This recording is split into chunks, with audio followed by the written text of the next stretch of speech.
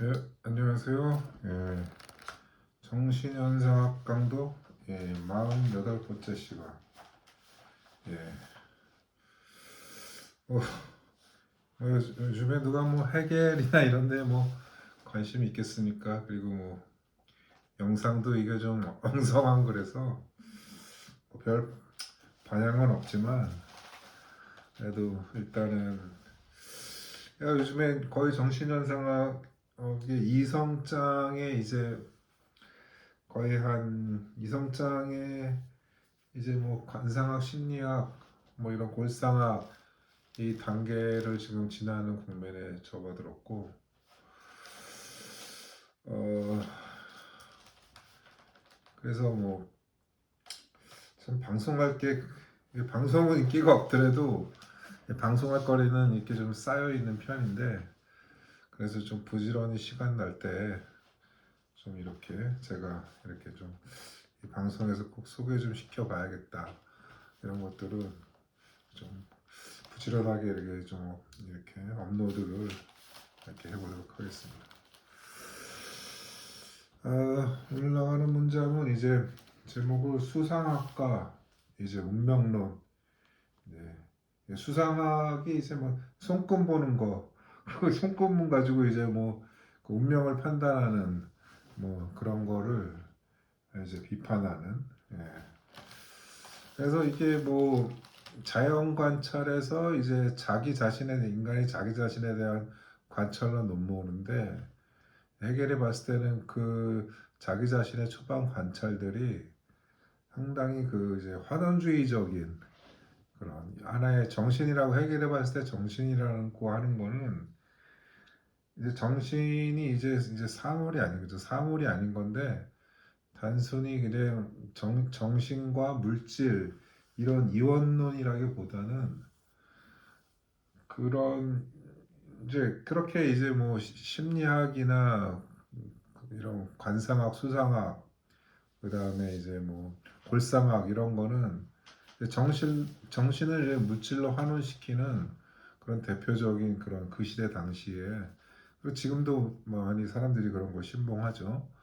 이제 그런 물질주의적 환원에 대한 아주 그런 사례로 비판을 하는 건데, 사실 이런 그런 물질적 환원을 정신이라고 하는 거를, 그런 거는 사실 뭐 만연돼 있는 거죠. 근데 헤겔이 말하는 정신은 그냥 인간 개별체의 그런 정신을 이제 말하는 게 아니라, 물론 그런 의미가 없는 건 아니지만은 그거를 이제 더 넘어서는 아주 더 큰 범위에 있는 하나의 인간의 정신사 뭐 이런 거를 얘기하는 거기 때문에, 그런 맥락으로는 정신을 이제 파악할 수 없다. 그런 환원주의적 사고 방식으로 그런 방향에서 이런 논의를 하고 있는 겁니다. 일단 문장을 나가보겠습니다. Die Hand. 문장을 나가기 전에 제가 이렇게 미리 준비한 게 있네요.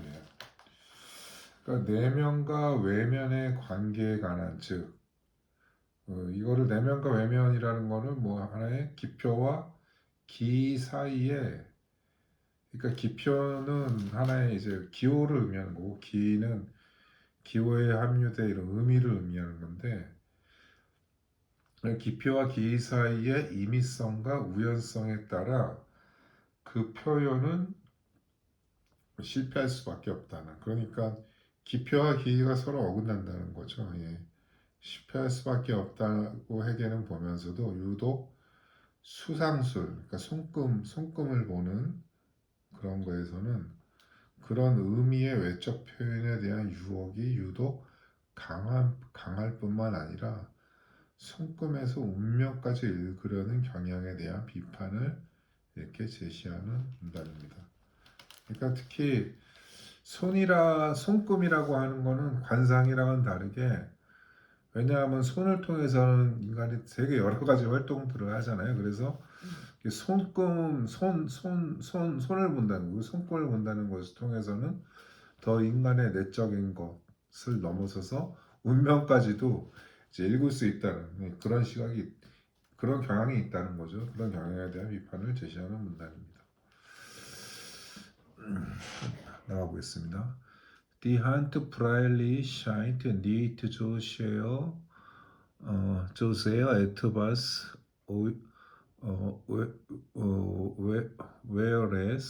Eures für das Schicksal zu sein, sondern vielmehr als inneres zu ihm sich zu verhalten.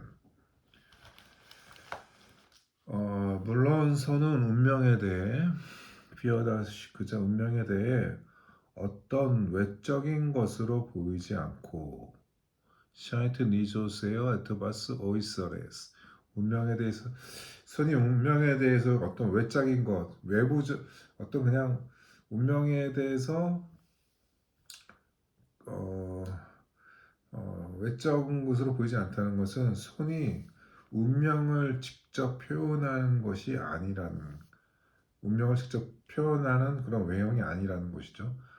운명을 표현하는 것이 아니라는 것, 즉 운명의 기호가 아니라는 것입니다.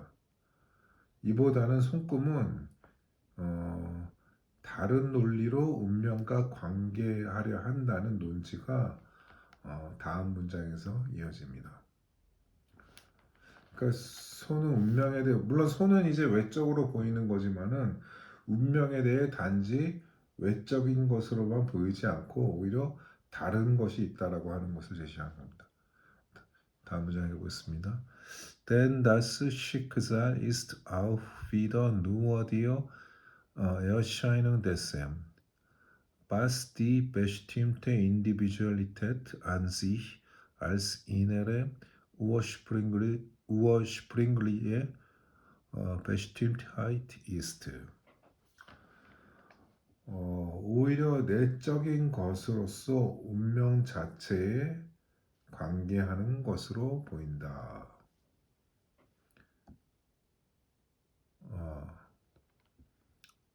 제가 앞에서 읽었던 문장이네요. 예. 그러니까 John Filmer als innere zu sich zu verhalten. 손은 운명 자체의 기호일 뿐만이 아니라 기표일 뿐만이 아니라 기로서 운명과 관계한다는 듯이 보여진다고 하는 겁니다. 이제 좀 전에 읽었던 문장 한번 읽어봅시다. 덴다스 19절 왜냐하면 운명 또한 다시 규정된 개별성이 즉자적인 것은 본래적으로 지니고 있지만 실현되지 않은 상태에 있는 것을 이제 즉자적인 것이라고 이렇게 하면서 하나의 이런 여기에서의 즉자적인 것이라고 하는 것은 아리스토텔레스의 잠재태와 좀 유사한 의미라고 보시면 되겠습니다. 왜냐하면 운명 또한 다시 규정된 개별성이 즉자적으로 지니는 내적으로 원천적인 규정성에 관한 현상일 뿐이기 때문이다. 이넬의 우어시프링글리의 베스트임트 이스트 내적으로 원천적인 규정성에 관한 현상일 뿐이기 때문이다. 그러니까 운명이 외부에서 우연적으로 결정되는 것이 아니라 개별자의 내적인 것이 전개되어 발현된 것이라는 거 보는 것입니다. 그렇다면 이 내적인 것을 알면 운명을 알 수 있다는 것이고 이 내적인 것의 가장 유력한 표현이 손금이라는 귀결로 나간다는 것입니다.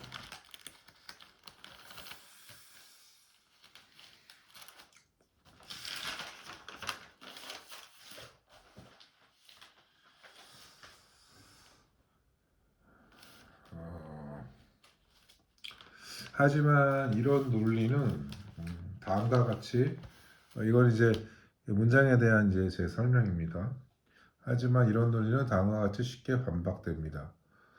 그러니까 도토리 나무의 하나의 예를 들어보면은 도토리는 이제 뭐 도토리에서 떨어진 열매죠. 그래서 이거를 하나의 내면 내지 잠재태로 본다면은 이제 도토리 나무는 이게 뭐 도토리 나무는 줄찬나무 또는 떡갈나무 따위로서 이거는 하나의 현실태 또는 외형으로 볼 수 있습니다. 그러니까 도토리와 도토리 나무의 관계에서 볼 때 도토리의 운명은 도토리 자체에 의해서 예상을 할 수는 없습니다. 도토리 자체는 다람쥐의 먹이가 될 수 있거나 도토리 묵이 되거나 또는 나무가 되거나 또는 그런 졸창나무 숲이 되는 그렇게 되는 결과는 결국 외적 영향에 달려 있는 것입니다. 도토리한테는 그런 거죠. 예.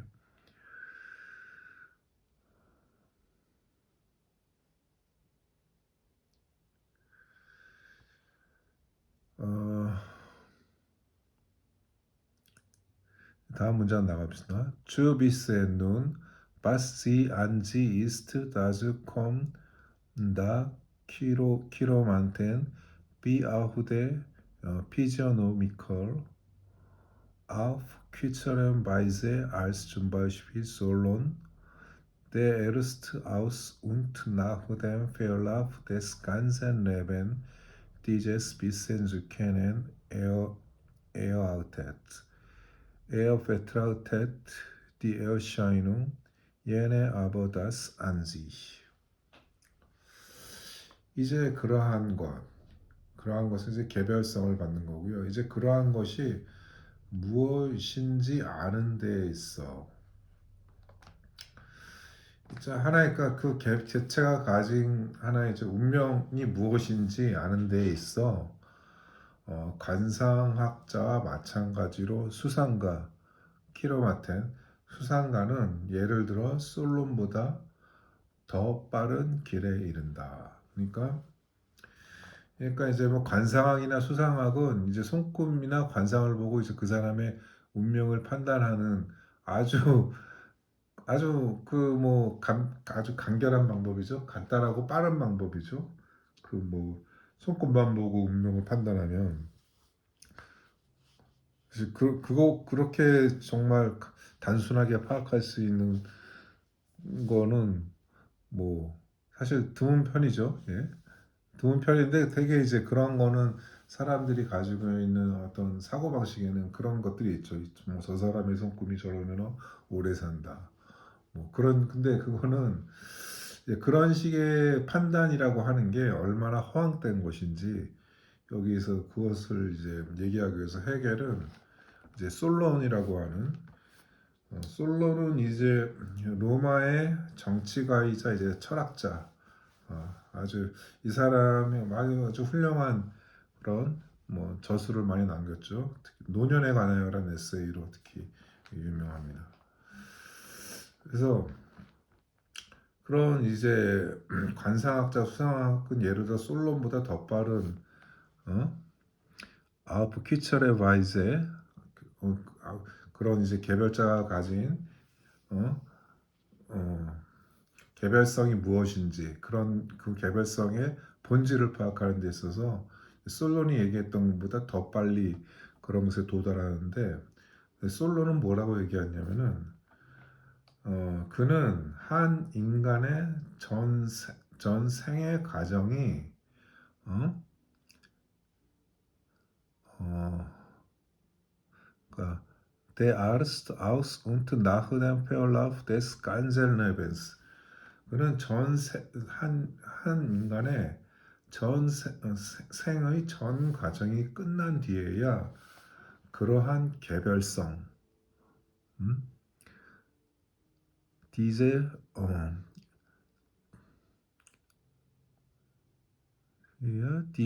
디제스는 이제 그 개별성을 갖는 거고요. 그러한 개별성을 알 수 있다고 dieses Wissen zu kennen erwartet. 그렇게 여겼다.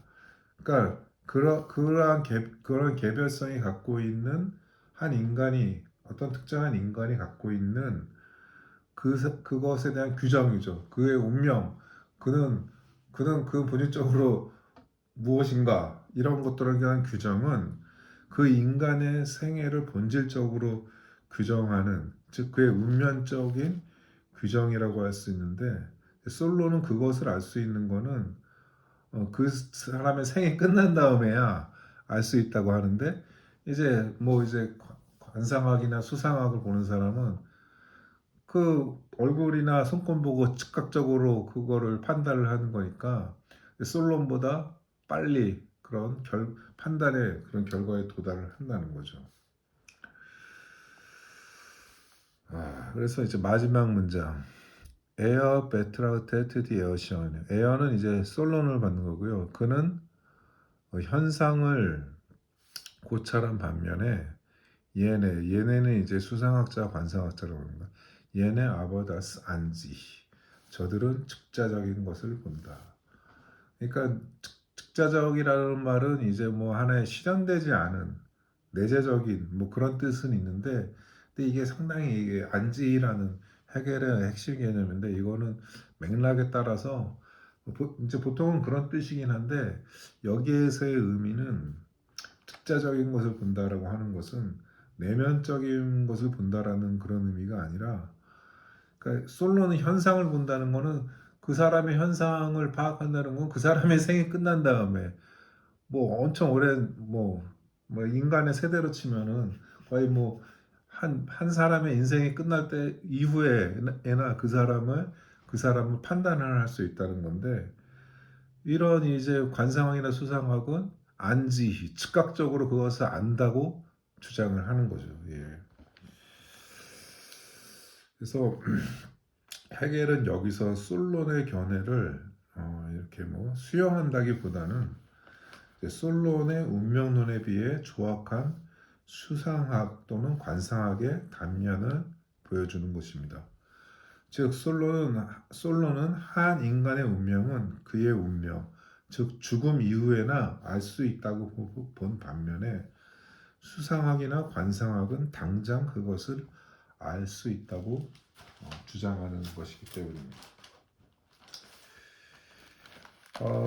그래서 이렇게 손쉽게 한 인간의 운명 또는 개별성을 파악할 수 있다고 주장하는 것은 어, 사실 이런 사고방식들은 이렇게 좀 제가 한국 사회를 봤을 때는 이게 좀 많이 만연되어 있는 사고방식이 아닌가 그런 생각이 들었습니다. 그래서 예를 들어서 가장 천박한 것의 하나의 사례로는 서울 자가의 대기업 부장이면 성공한 인생이라고 보는 그런 시각들이 만연되어 있다고 봅니다. 하지만 이러한 성공은 주거 사다리의 주거 사다리에 영끌을 해야만 오를 수 있는 청년들에게는 사회적 재앙이나 마찬가지입니다. 부동산이 투기 수단으로 전락한 상황에서 그래서 제가 보기엔 뜬금없는 얘기지만 여기서는 유력한 대안은 공공 임대주택의 보편화 방향으로 이제 가야 된다고 보고, 그런 공공 임대주택의 어떤 재원은 강력한 부동산 세제 정책, 지금 현재 이재명 정부가 이제 아직은 발동이 걸리지 않았는데 하려고 하는 그러한 정책으로 가면은 이러한 재원도 마련될 수 있지 않을까 이렇게 봅니다. 아무튼 뭐 앞선 본문 해석 중에 제가 이제 그 잠재태와 현실태로 도토리와 이제 도토리 나무의 관계를 이렇게 들었었는데, 그러니까 이제 앞서서는 제가 이제 얘기했을 때는, 그러니까 도토리는 자기가 어떻게 될지는 도토리 자체에 달려 있는 게 아니라 외부 환경의 영향에 이제 도토리는 놓여 있는 거죠. 예. 그래서 도토리는 도토리 나무가 될지, 줄참나무 숲이 될지, 도토리 묵이 될지 스스로 알 수 없는 외부적 영향력에 절대적으로 놓여 있을 수밖에 없습니다. 하지만 인간 사회, 즉 정신은, 헤겔에서 봤을 때 정신은 개별체의 정신을 포괄하는 하나의 그런 공동체, 그 하나의 뭐 인륜 공동체 뭐 그런 의미로의 그게 바로 해결의 정신이라고 이렇게 저도 이렇게 보고 있고요. 즉 정신은 자신을 스스로 부정의 계기를 통해 전개시키는 실현입니다. 그러니까 도토리와는 달리 정신이라고 하는 것은, 도토리는 자기 자신이 스스로로 실현을 해도 그게 도토리 묵이 될지 하나의 줄참 나무가 될지 그 스스로가 아무리 전개해도 그 도토리 자체에 달려 있는 게 아닌 거죠. 하지만 정신은 도토리와 달리 자신을 스스로 하나의 그런 부정의 계기, 자신의 모순을 이제 이렇게 지향하는 이런 부정의 행위를 통해 전개시켜서 자신을 실현하는 것이 바로 정신입니다. 그래서 이러한 것이 실현됐는지 여부의 확인은 오직 정신의 모든 전개가 완수된 이후에야 비로소 그 확인이 가능합니다. 즉 정신의 목적은 이 목적이 달성된 이후에야 비로소 이 목적의 목적성이 밝혀질 수 있다고 하는 것입니다. 따라서 실현되기 전에 있는 정신의 목적은 미확정적인 것이라고 할 수 있습니다.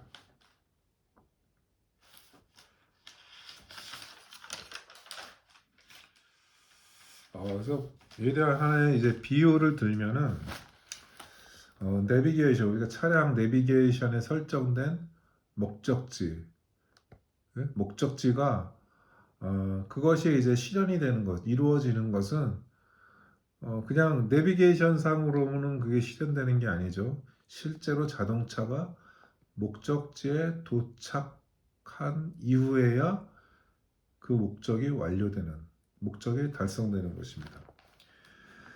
그래서 헤겔의 역사적이면서도 초역사적인 사유는 바로 이렇게 역사를 나가면서도 관통해 나가서 역사의 모든 과정을 다 훑는 거죠. 이렇게 훑고 관통해 나간 역사 밖의 관점에서, 그런 관점에서까지도 정신을 고찰하는 것이 바로 헤겔의 역사 철학, 정신 현상하고 또 그렇게 흘러가는 거죠. 고찰하는 것이지만, 하지만 헤겔은 또 철저한 현실주의자이기 때문에 그는 역사라는 궤도에서 이런 고찰이 이탈하는 것을 허용하지는 않는 것으로 보입니다. 역사의 궤도를 벗어나는 것은 종교적이면서도 논리학적인, 그러니까 그의 종교 철학과 논리학의 그런 방향을 얘기합니다. 헤겔의 논리학적인 학의 방향인 반면에 헤겔의 실천 철학은 이 궤도에서 역사의 방향을 점검하는 것이라고 볼 수 있습니다. 역사라는 궤도에서 실천 철학을 전개한다는 것이죠. 이렇듯 철학의 전 분야를, 그러니까 제가 봤을 때는 헤겔은 거의 뭐 철학의 뭐 논리학, 역사 철학, 철학사, 미학, 역사 철학, 거의 그러니까 뭐 언어 철학도 좀 어느 정도 관련돼 있을 수 있어서 정말 거의 뭐 그 마지막으로 그렇게, 그러니까 뭐 플라톤, 아리스토텔레스 이후에 마지막 거대, 뭐 현대 뭐 거대 사상과는 비교가 안 되는, 물론 현대에는 워낙에 지식량이 많이 늘어났기 때문에 뭐 비교하기에는 용이하지 않지만, 그렇게 철학의 전문야를 넘어서 하나의 이제 또 포괄적인 학의 체계를 세우고자 했던 헤겔의 이러한 구상은, 그러나 이제 예나 시기 이후, 그러니까 정신현상화 출간 이후에는 그 급진적인 혁명적인 정신이 그의 직업 철학자로서의 안정적인 출세 가도와 함께 경화 내지 노화, 보수화 되었다고 해석하는 것이 아무래도 유력하다고 봅니다. 그래서 예나 시기에서 이제 하이델베르크에서 이제 철학 정교수가 되기 전 그 사이에 있는 니른베르크 김나지움 교장 시절, 이때 이제 학생들을 가르치면서 그때 이제 논리학 저술을 냈고, 그리고 뭐 사실 철학 교육이라고 하는 거에 있어서 그런 김나지움 이런 뭐 중등, 중고등학교 여기에서 가르치기에는 사실 논리학이 아무래도 다른 분야에서도 이렇게 쓰이는 게 많아서 논리학이 그나마 실용적인 거여서 헤겔이 이때 논리학을 이렇게 썼던 것도 어떻게 보면은 이제 그런 이제 현실적인 그런 요구에 맞춘 부분이 있었고 그 시기적으로 그의 생애적으로 봤을 때는 니른베르크 시기는 헤겔의 철학이 하나의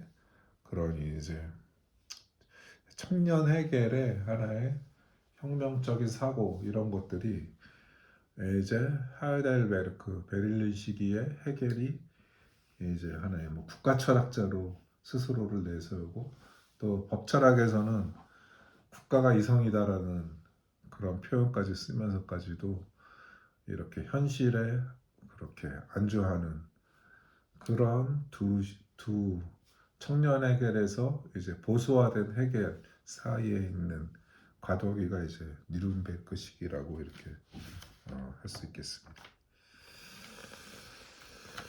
예, 저는 이제 요즘에 이렇게 뭐 이렇게 보다 보니까 헤겔을 좀